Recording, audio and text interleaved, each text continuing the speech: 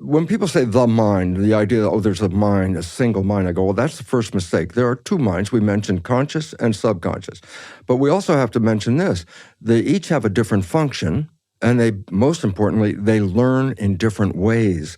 So the conscious mind's creative, and that means it's the one with the imagination and things that you want and you desire, and you can put that in, and you could read a book, a self-help book, and you say, oh, I got all this knowledge now from this book, and I went to the lecture, and I did all these things, I got all this knowledge, my life hasn't changed. I go, well, that's because the conscious mind, being creative, can learn in any number of different ways. You can just go, aha, I have a new idea, and your conscious mind can change.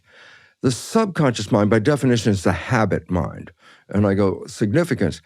Habits resist change, because if habits change, then they're not habits anymore. So all of a sudden you say, well, if I download a habit, can I, think out of that habit? I go, no, because that's not how it learns. And so the conscious mind, and most people are very smart. I'm sure, look, this audience has been listening to you for a long time. They got great understanding, and many of them will go, yeah, I really understand what you've been talking about, but somehow or other, with all that knowledge, my life is still the same. And I go, that's because when you educate the conscious mind, that's easy.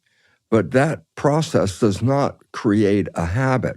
So you can have a super smart conscious mind, all the data, all the material. I read the book, I know everything about it. I go, yeah, but that doesn't change the program on the inside. A lot of people think, well, I'm going to give myself a good talking to. And that's where the joke comes, because I say, there's nobody in the subconscious mind. It's the exact equivalent of a hard drive in a computer. It's got programs in it, there's nobody in it, and you can talk till you're blue in the face with the conscious mind, trying to tell the subconscious mind, change the program. I go, that's not how it learns a program. Knowledge is power, and lack of knowledge is a lack of power. When people don't know that they're involved with their own life and their own genetics and their own behavior because they're programmed to be the victim, then they become a victim because they have no knowledge of this. And what you're doing, what I'm doing, is let's wake up. You are powerful if you understand how this works. And if you don't understand how it works, you just say, no, it's not me. I'm not in control. And people walk away feeling like there's nothing I can do. The genes are controlling this, and I don't control the genes. I go, well, that's the story that's wrong.